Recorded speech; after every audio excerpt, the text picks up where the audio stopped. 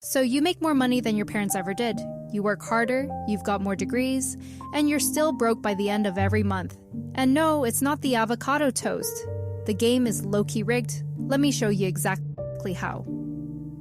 Over the last 50 years, the cost of basically everything, rent, college, healthcare, shot straight up.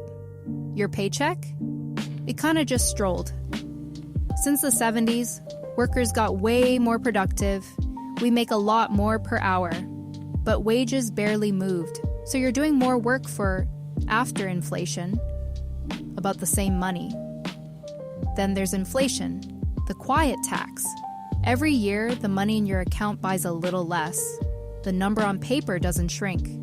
What it can actually buy, does. Constantly. And this isn't new. A coffee that cost a few cents decades ago costs a few dollars now. The price of life has been climbing your entire life, just slow enough that you never flinch. Why? Partly because there's just more money in the system.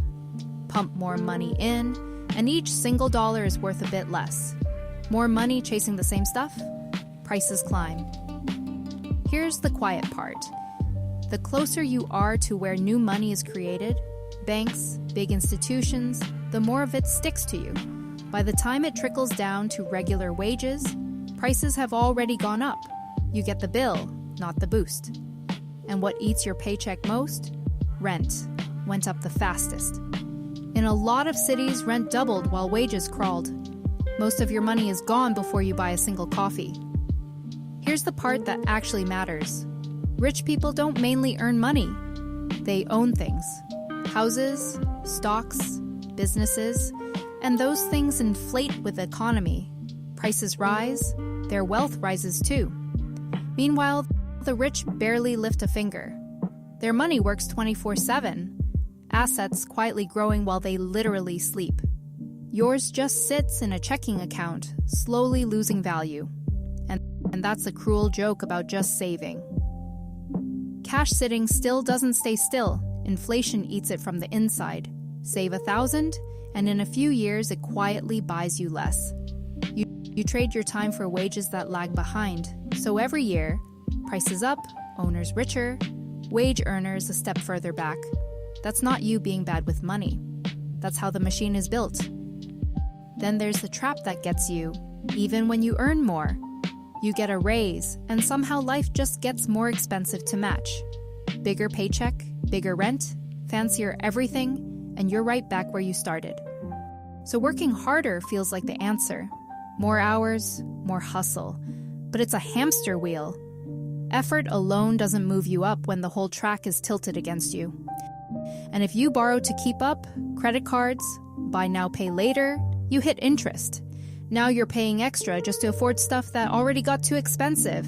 The trap tightens. The rich use debt like a tool. They borrow cheap money to buy things that grow. You get handed debt to buy things that shrink. The car, the gadget, the holiday.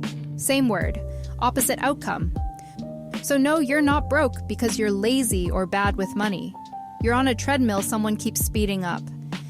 The people who climb out usually do one thing differently. They stop only earning and start owning a piece of something that grows.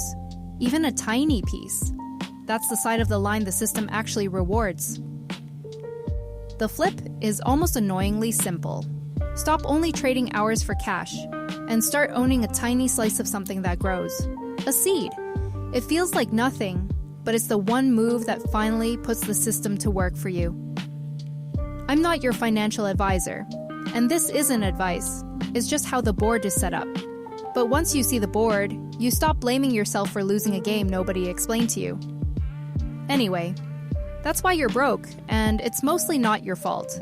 If the gears just clicked, you know what to do. See you in the next one.